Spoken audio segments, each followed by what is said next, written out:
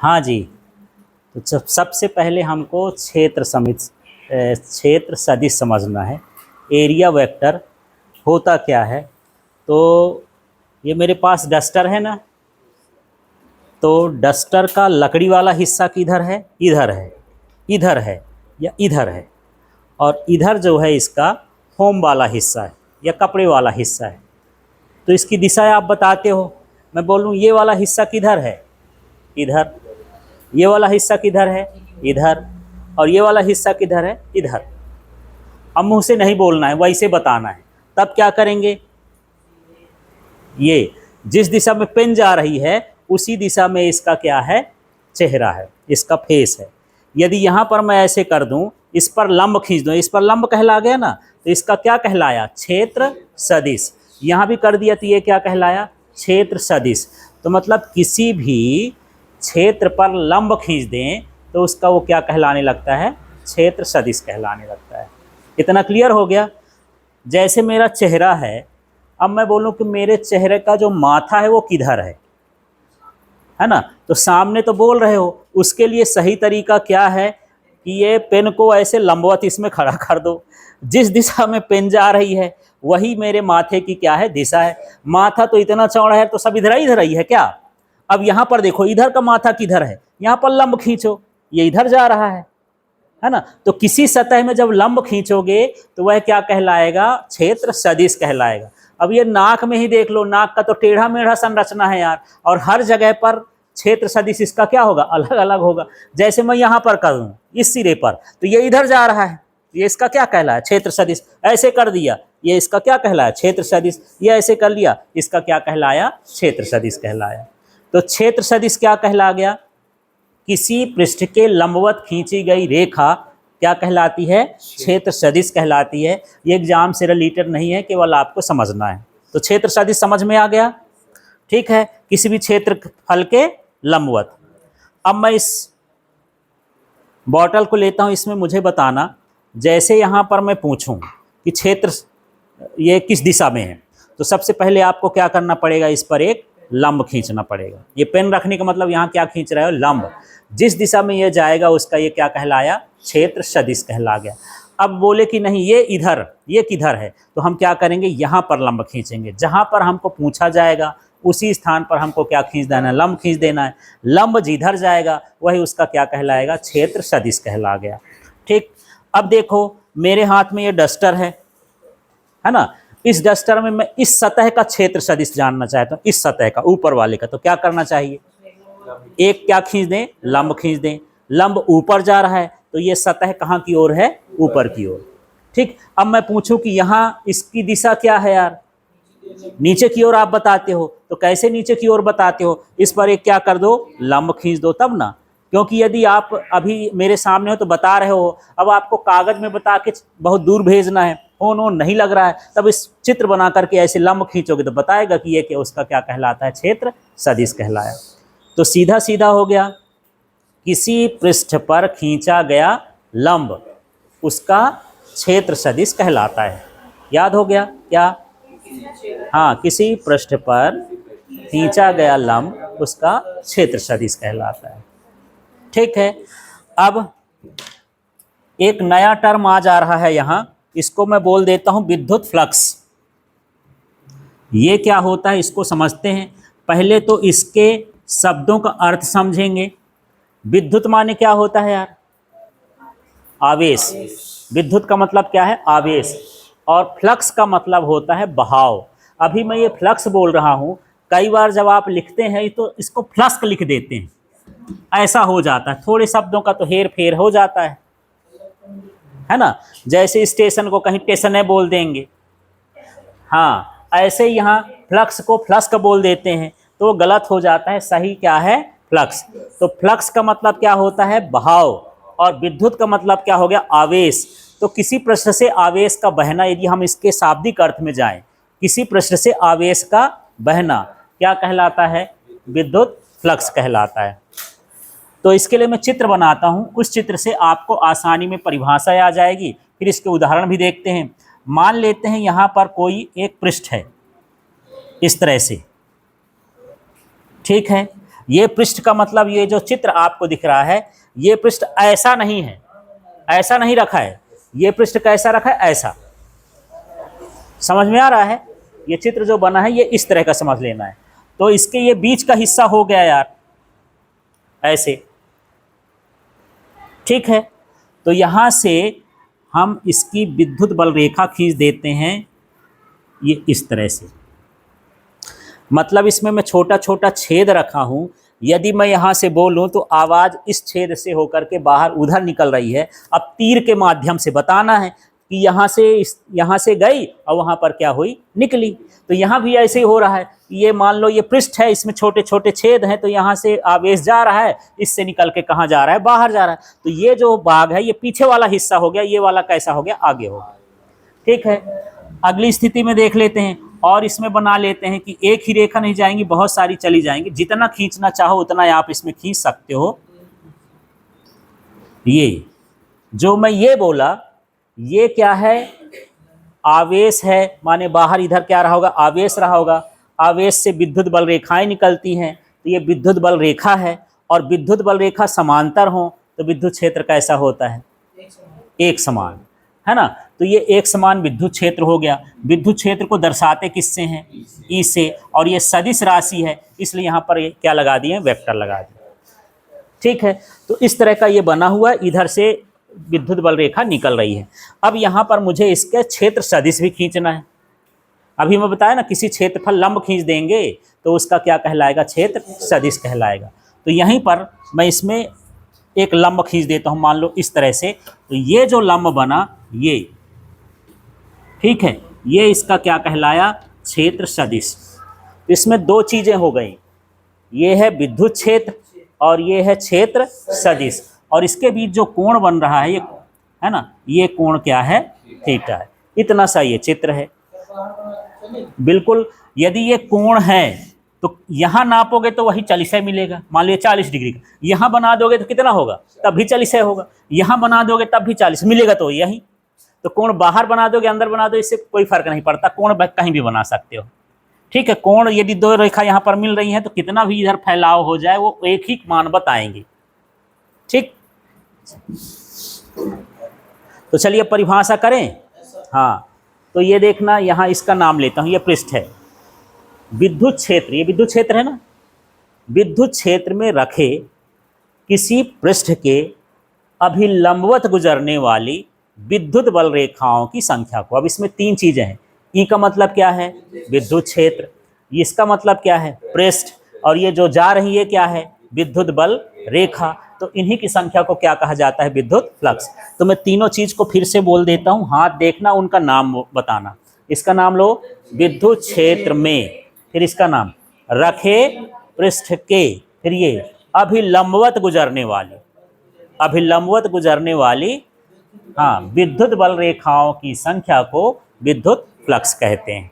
ठीक, अब जैसे मान के चलो, फ्लक्स का मतलब ये है कि मैं इसमें, यहाँ पर ये हवा इसको क्रॉस करके आ रही है ना, यदि इसमें, वैसे तो वैसे ही आ रही है, यहाँ पर ये छोटे छोटे छेद हैं, तो इधर से हवा इधर निकल रही होगी, छेद से ना निकल रही होगी, है ना। तो ये कहला गया, हवा के क्षेत्र में हम एक ये पृष्ठ रख दिए, तो इस पृष्ठ के लंबवत जो हवा का निकल रहा है वो इसका क्या कहलाया, हवा का बहाव, हवा का फ्लक्स कहला गया। जैसे आप लोग चाय छानते हो तो चाय छन्नी रखते हो, तो चाय छन्नी ऐसे रहती है, और उसका जो पानी है या चाय है वो कैसे निकलता, ऐसे। तो कैसे होता, अभिलंबवत ना हो गया।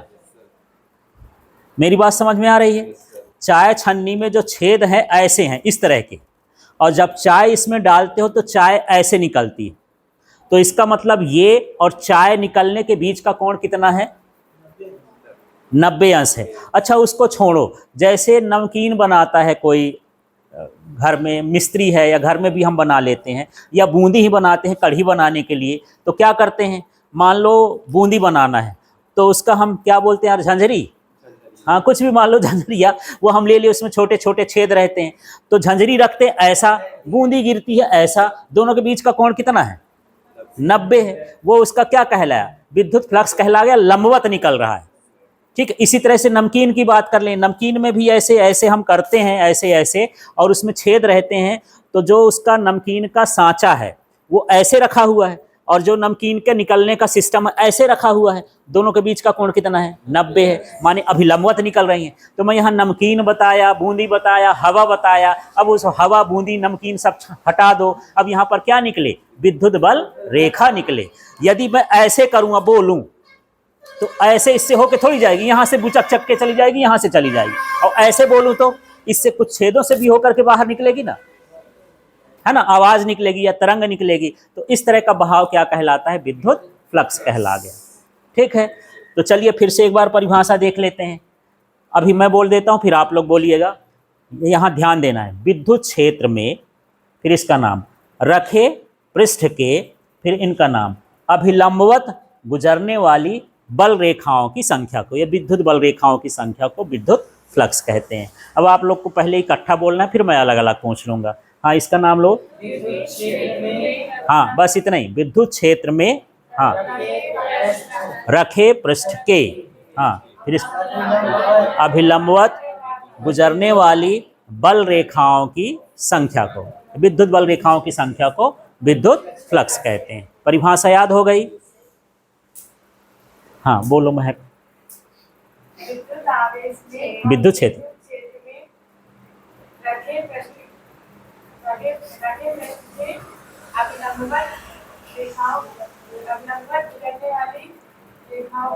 संख्या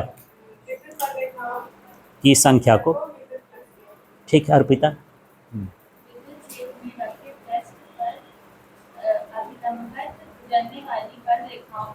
बल रेखाओं की संख्या को, हाँ अंजलि।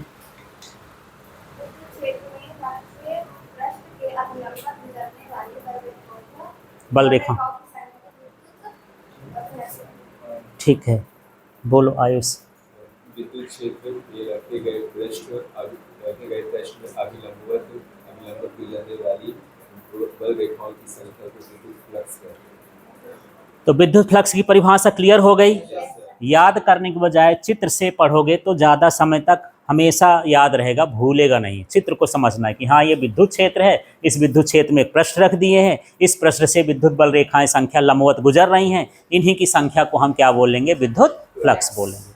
अब इसका सूत्र भी होता है कि विद्युत फ्लक्स को हम कैसे दर्शाएंगे। यहाँ तो कितनी निकल रही हैं उसका मान भी चाहिए ना, तो यहाँ जो इसका सूत्र होता है वो इस तरह से होता है, डी फाई ई। अब इन दोनों का मतलब समझना है।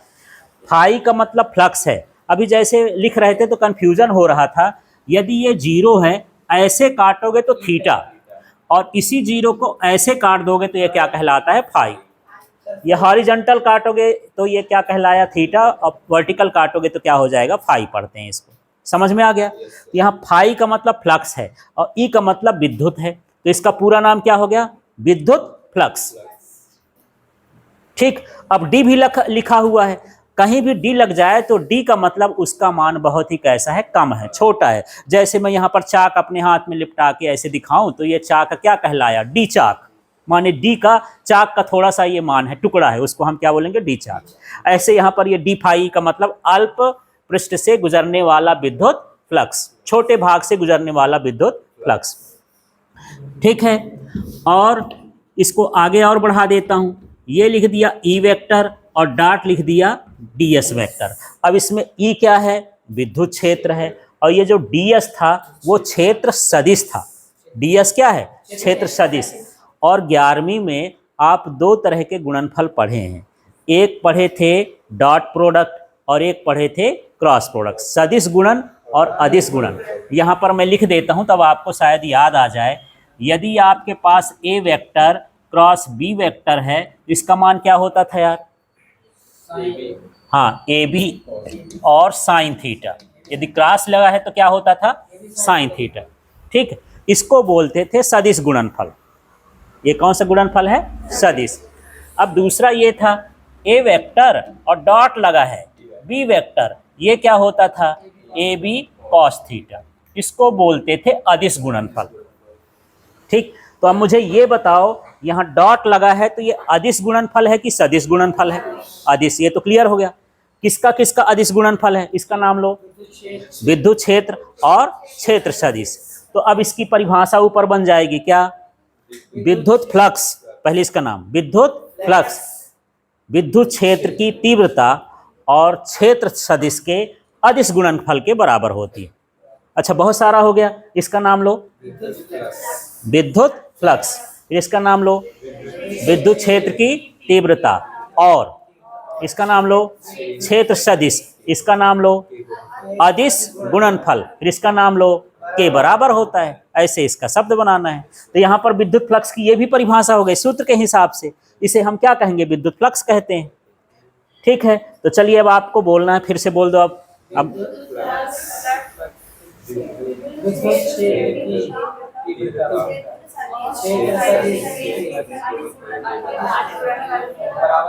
ठीक है, सूत्र ही तो बोलता है, लाइन ही इसी की लिखना है यहाँ।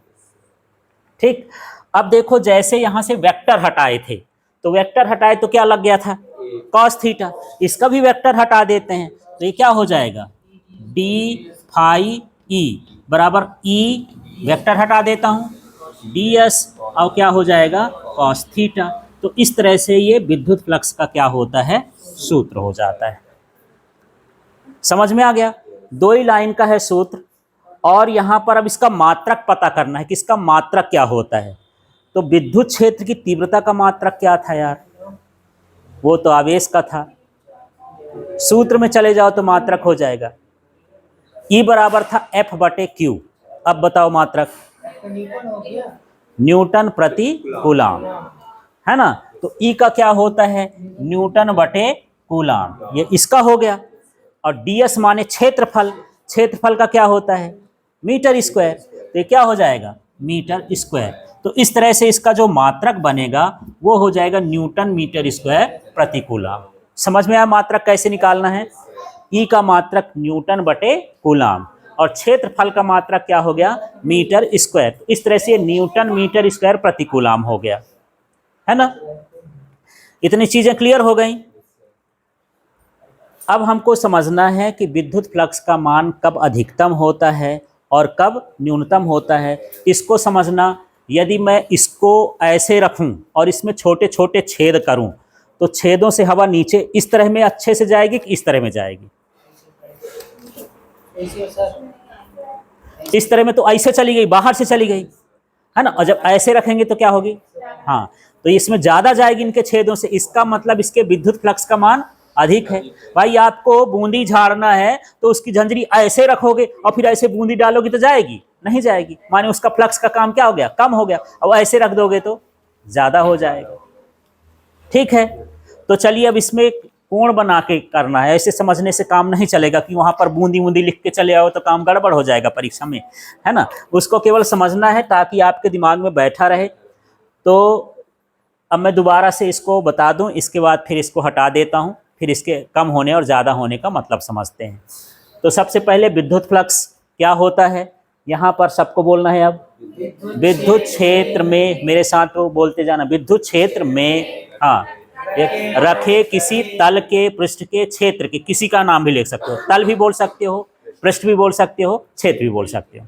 ठीक है, हाँ, फिर से बोलो, विद्युत क्षेत्र में रखे किसी पृष्ठ के अभिलंबवत गुजरने वाली विद्युत बल रेखाओं की संख्या को विद्युत फ्लक्स कहते हैं। और इसके बाद ये चित्र बना देना, चित्र के ऊपर फिर इसकी भाषा लिखना है, तब सूत्र लिखना है। तो भाषा कैसे बनेगी, इसके ऊपर, इस सूत्र के ऊपर क्या लिखोगे, इसका नाम लो विद्युत फ्लक्स, इसका नाम लो विद्युत क्षेत्र की तीव्रता और क्षेत्र सदिश के अदिश गुणनफल, डॉट को क्या बोलते हैं, अदिश गुणनफल के बराबर होता है। ठीक है, और उसके बाद ये सूत्र लिख देना है। अगले स्टेप में ये वेक्टर हटाओगे तो ये कॉस थीटा आ जाएगा, तो ये D phi equal to E D S cos theta. अब यहाँ पर मात्रक की बात कर रहे थे, तो मात्रक कैसे कैसे आया था, इसी से निकाल सकते ऊपर वाले से। विद्युत क्षेत्र का मात्रक न्यूटन प्रति कूलाम और ds माने क्षेत्रफल या पृष्ठ का मात्रक कितना होता है, मीटर स्क्वायर, तो न्यूटन मीटर स्क्वायर प्रति कूलाम हो गया, इसका मात्रक बन गया। ठीक, अब आपको समझना है कि इसका मान कब अधिकतम होता है और कब न्यूनतम होता है। ये थोड़ा सा बड़ा क्लिष्ट सवाल है, मैं यहाँ सूत्र लिख देता हूँ पहले। डी फाई इक्वल टू, अब आपके पास ये आ गया ई डी एस कॉस थीटा। ठीक है, तो दो कंडीशन, जब भी कोण आए तो दो कंडीशन मानना होता है। एक बार थीटा बराबर 0 डिग्री लेते हैं और एक बार 90 डिग्री लेते हैं। 0 का मतलब क्या, समांतर की लंबवत? समांतर। और 90 का मतलब क्या होता है, लंबवत। लेकिन इसके साथ उल्टा रहेगा।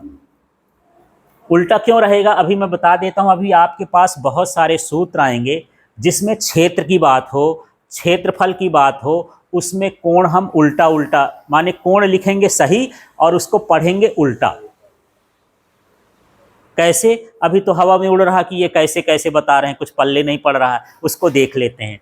देखना, थीटा बराबर कितना ले लेता हूं, 0 डिग्री हो तो, यहाँ यदि भी लिख देते हैं, ये कंडीशन है इसकी, यदि थीटा बराबर क्या हो, 0 डिग्री हो तो कॉस 0 का मान यार 1 होता है। तो यहाँ बचेगा क्या, डी फाई ई, इसी को उठा के रख रहा हूं मैं, बराबर की जगह बराबर, ई की जगह ई, डी एस की जगह डी एस, कॉस थीटा का मान 1 हो गया। ठीक, और यदि 1 आ रहा है मतलब इसका मान कैसा है, अधिकतम है। ये कैसा मान होता है, अधिकतम। अब इसको पढ़ना है, क्या बोलोगे, विद्युत क्षेत्र और पृष्ठ समांतर हो, गलत हो जाएगा। इसके लिए हमको क्या बोलना है, लंबवत। कैसे हो बोलना है समझना, एक पेन और दे दो मुझे तो मैं समझा दूँ। ठीक है, जो इस सूत्र में कोण है वो कोण क्षेत्र सदिश और विद्युत क्षेत्र के बीच का है। ठीक है, अब समझना, मैं ये दो चीज़ें कर रहा हूँ। ये जो पेन है, ये पेन की जो नोक है वो विद्युत क्षेत्र है, और ये जो है ये सतह है। ये दोनों के बीच में कितना कोण बनेगा, समांतर है तो कितना कोण बनेगा, 0। कोण तब बनता है जब दो रेखा काटती हैं। समांतर रेखा तो कटवे ना करेगी, और जब कटेगी नहीं तो कोण न बनेगा। कोण कितना हुआ, 0। ठीक है, लेकिन यहाँ पर कोण इसको न मानेंगे। फिर से देखना, यहाँ पर ये जो सतह है और विद्युत क्षेत्र है दोनों कैसे हैं, समांतर। ठीक है, और यहाँ पर यदि मैं ऐसे, क्योंकि जो कोण बनाते हैं इसका क्षेत्र सदिश खींच दूं, ये इसका क्या कहलाया, क्षेत्र सदिश। तो क्षेत्र सदिश कितना है, 90 डिग्री। फिर से समझना, ये क्या था, सतह, ये क्या था, विद्युत क्षेत्र, ये क्या है, क्षेत्र सदिश। अब मैं बोलूं कि इस कंडीशन में कोण रख के बताओ, इसमें थीटा का मान कितना होगा, गलत बोल रहे हो, फिर से सोचो। ये विद्युत क्षेत्र है और ये सतह है, पृष्ठ है ना, और आपको इस सूत्र में कोण का मान रखना है।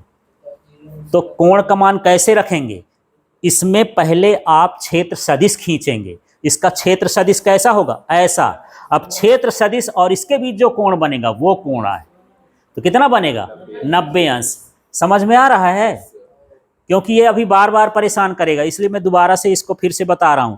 अब मान लो ऐसा कंडीशन ले लेता हूं, ये सतह है और ये इसका विद्युत क्षेत्र है।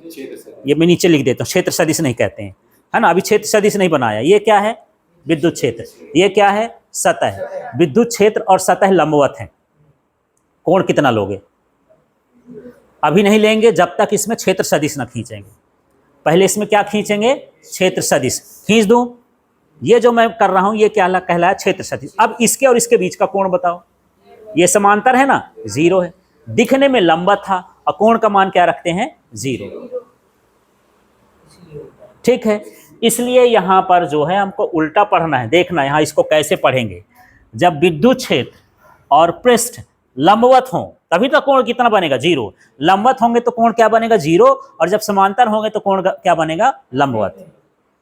ठीक है, फिर से अभी दिमाग में नहीं बैठा यार, बैठ गया, चलो फिर से बताता हूं। ये क्या है, सतह, ये मान लेता हूं नीचे रखा हूं, ये क्या कहलाया, विद्युत क्षेत्र।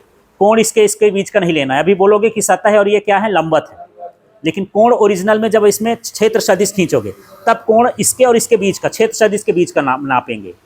तो सतह है और ये लंबवत है तो कोण कितना बनेगा इनके बीच का, 0। सतह का कोण नहीं लेना है। ठीक है, और दिमाग में सीधा सीधा ये बैठा लो कि जब 0 होगा तो लंबवत बोलेंगे, जब लंबवत होगा तो क्या बोलेंगे, 0, माने समांतर बोलेंगे, ऐसा करके। ठीक, और ये तभी बोलना है, ऐसे सूत्रों में बोलना है जब किसी सूत्र में क्षेत्र आ जाए, क्षेत्रफल आ जाए, है ना। तो यहाँ पर देखते हैं, अब इसको पढ़ते हैं। यदि, है ना, इसका नाम लो विद्युत क्षेत्र और पृष्ठ क्या हो, लंबवत हो। यहाँ जीरो नहीं देखना है, जीरो होगा तो क्या बोलोगे, लंबवत हो, तो विद्युत फ्लक्स का मान अधिकतम होता है। शब्द क्या बनेगा, समझ में आ गया? हाँ चलो फिर से बोलो। लंबवत हो तो विद्युत फ्लक्स का मान अधिकतम होता है। जनरली मैं अभी सिखाया हूं कि यहाँ पर जीरो में समांतर बोलना, भी उस सूत्र को, कल वाला सूत्र भी अभी थोड़ी देर से लिख दूंगा, तब और क्लियर हो जाएगा। हाँ, कब नहीं बोलना है, जब किसी सूत्र में क्षेत्रफल की बात हो। किसी सूत्र में क्षेत्रफल की बात हो तब समांतर नहीं बोलना है, बाकी सब चीज में बोल सकते हो। ठीक है, दूसरा कंडीशन ले लेता हूं। यदि थीटा बराबर 90 डिग्री हो तो अब बताओ यार, कॉस 90 का मान 0, कॉस 90 का मान 0 होता है। 0 से गुणा कर दोगे तो सब कुछ क्या हो गया, 0। ये क्या हो जाएगा, न्यूनतम। चलो इसका शब्द बना दो यार तो मजा ही आ जाए। हाँ, इसका नाम लो विद्युत क्षेत्र और पृष्ठ यदि समांतर हो। अब यहाँ 90 की जगह क्या बोलोगे, समांतर हो तो विद्युत फ्लक्स का मान न्यूनतम होता है। उल्टा उल्टा हो गया ना। हाँ, अब मैं दूसरा, कल जो सूत्र निकाले थे, टाउ इक्वल टू निकाले थे ना, tau equal to PE sine theta. अब मैं यहाँ थीटा इक्वल टू ले लूँ 0 डिग्री। इसमें क्षेत्रफल आया क्या सूत्र में, नहीं आया। P भी क्षेत्रफल नहीं होता है, ये तो द्विध्रुव गुण होता है। E भी क्षेत्रफल नहीं होता, क्षेत्रफल नहीं होता है, तब यहाँ पर 0 की जगह समांतर बोलेंगे। अब बोलो, यहाँ वैद्युत द्विध्रुव है, इसका नाम लो वैद्युत द्विध्रुव और विद्युत क्षेत्र समांतर हो, इसमें समांतर ही बोलना है, समांतर हो। हाँ, तो शून्य का मान शून्य माने न्यूनतम ही रहेगा, साइन 0 का मान शून्य होता है। बल आघूर्ण, तो बल आघूर्ण का मान क्या हो जाता है, शून्य हो जाता है। ठीक है, अब एक और भी होता है, एक सूत्र अभी आगे पड़ेगा, ये हो tau equal to NIAB sine theta. ठीक है, यदि मैं यहां पर लिखता हूं थीटा बराबर 0 तो टाउ इक्वल टू क्या होगा यार, साइन 0 का मान 0, तो यहाँ टाउ इक्वल टू भी क्या हो गया, 0। इसमें लिखता हूं यदि थीटा इक्वल टू 0 तो टाउ इक्वल टू फिर 0 हो जाएगा, क्योंकि साइन 0 बराबर 0 है। लेकिन पढ़ने का तरीका दोनों का अलग रहेगा। इसमें क्षेत्रफल आया है, अब यहाँ समझना, यहाँ देखना, इसका नाम लो वैद्युत द्विध्रुव और विद्युत क्षेत्र, इसको बोलो समांतर हो तो बल आघूर्ण का मान शून्य होता है। सीधा सीधा बोला, ठीक है। इसमें देख लेना, यदि धारा, इसमें धारा हो गया, और चुंबकीय क्षेत्र, यहाँ लंबवत बोलना है। जब सूत्र में, कहीं भी सूत्र में क्षेत्रफल आ जाएगा तब उल्टा बोलना है, क्योंकि जो कोण होता है वो क्षेत्रफल का नहीं होता, क्षेत्र के सदिश का होता है। ठीक है, ऐसे बहुत सारे सूत्र जब हम इकट्ठा पढ़ लेंगे तो वहां फिर मैं समझाऊंगा। क्लियर हो गया। और इसका बड़ा टेस्ट होता है आपका, जब उसमें आता है ना परीक्षा में कि 30% कठिन पेपर बनाना है।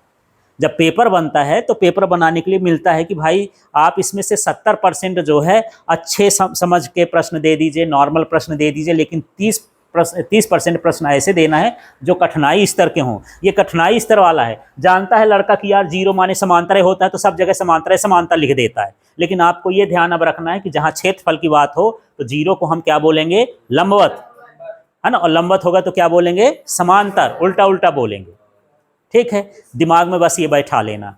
तो वहां पर अब ऐसे मैं क्वेश्चन पूछ देता हूं, सीधे ऐसे पूछ देता हूं, यदि विद्युत क्षेत्र और क्षेत्र सदिश समांतर हों तो बल आघूर्ण का मान, विद्युत फ्लक्स का मान कितना होगा। फिर से समझ लेना, मैं बोला हूं यही टेस्ट आएगा और ऑप्शन आएगा अधिकतम न्यूनतम, इनमें से कोई नहीं, है ना, आंसर गलत है, कुछ भी ऐसे हो गया। ठीक, तो चलिए फिर से बोलता हूं, यदि विद्युत क्षेत्र और क्षेत्र सदिश समांतर हों तो विद्युत फ्लक्स का मान कितना होगा।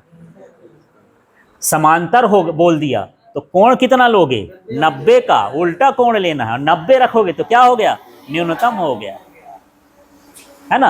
अच्छा, अब मैं यहां पर बोल देता हूं, ध्यान से समझना, फिर से इसी तरह का प्रश्न आता है उसमें, यदि विद्युत फ्लक्स और पृष्ठ परस्पर लंबवत हों, है ना, तो उसके विद्युत फ्लक्स का मान कितना होगा, है ना। तो लंबवत बोल दिया तो कौन सा कोण रखोगे इसमें, 0 डिग्री, और ये क्या हो जाएगा, अधिकतम हो जाएगा। और ऐसा उन्हीं सूत्रों में करना है जिनके सूत्र में क्षेत्रफल की बात हो, और क्षेत्रफल को यश से भी लिखते हैं, ए से भी लिखते हैं, और भी कुछ होगा जो भी आएगा सामने उसको देखा जाएगा। जनरली एस और इससे लिखते हैं। डी एस का मतलब अल्प पृष्ठ है लेकिन है पृष्ठ ही, ठीक है। सूत्र न दिया हो तो, सूत्र न दिया हो तो यदि आप पढ़े हैं इसको तो फिर उसके हिसाब से सूत्र को, जैसे आपसे जब पूछा जाएगा ना वहां पर सूत्र दे के तो ना पूछेगा, 1 नंबर में सीधे पूछ देगा या खाली स्थान में पूछ दिया कि यदि विद्युत क्षेत्र और पृष्ठ लंबवत हो तो विद्युत फ्लक्स का मान कितना होगा। तो सबसे पहले आप रफ तरफ जाएंगे जो इसका होगा, फिर सोचेंगे इसका सूत्र क्या होता है, फिर वहां देखेंगे कि हाँ यार विद्युत फ्लक्स का सूत्र होता है D phi equal to E D S cos theta. अच्छा प्रश्न पूछे हो आप। अब यहाँ पर क्या दिया था, लंबवत, मैं, है ना, मैं प्रश्न क्या किया था कि विद्युत क्षेत्र और पृष्ठ क्या हो, लंबवत हो तो विद्युत फ्लक्स का मान कितना है। अब तुरंत में आपको सूत्र तो याद नहीं होगा, रटा रटाया होगा नहीं, तो पहले सूत्र करो। हाँ, फिर सोचना हाँ यार लंबवत है, इसमें ds की बात है, माने हमको 90 रखना है, क्या रखना है, 0। फिर यहाँ सोच लेना कि cos 0 का मान कितना होता है, 1, मतलब क्या हो गया, EDS। जब 1 आ जाए तो जान लेना उसका मान क्या होता है, अधिकतम होता है। इस तरह से हमको पता करना है, तो बिना सूत्र के नहीं पता कर सकते हो। उसका शब्द पढ़ो, सूत्र को दिमाग में रखो, उसमें मान रख करके देखो, तब फिर ये। इसलिए मैं बोला कि ये जो प्रश्न होता है कठिनाई स्तर का होता है और आ जाता है। ये tau equal to P sine theta कभी ना पूछेगा, जानता है, सीधा सीधा है, शून्य लिख देंगे, समानता लिख के लड़का कर लेगा, और इसमें सोचेगा, इसमें गलत कर देगा। जो पढ़ा होगा उसी भर से बनेगा, रटेगा, जो रट के भी पढ़ लिया होगा उससे ना बनेगा, ठीक है। तो ये सारी चीज़ें क्लियर हो गई विद्युत फ्लक्स से रिलेटेड, ठीक है।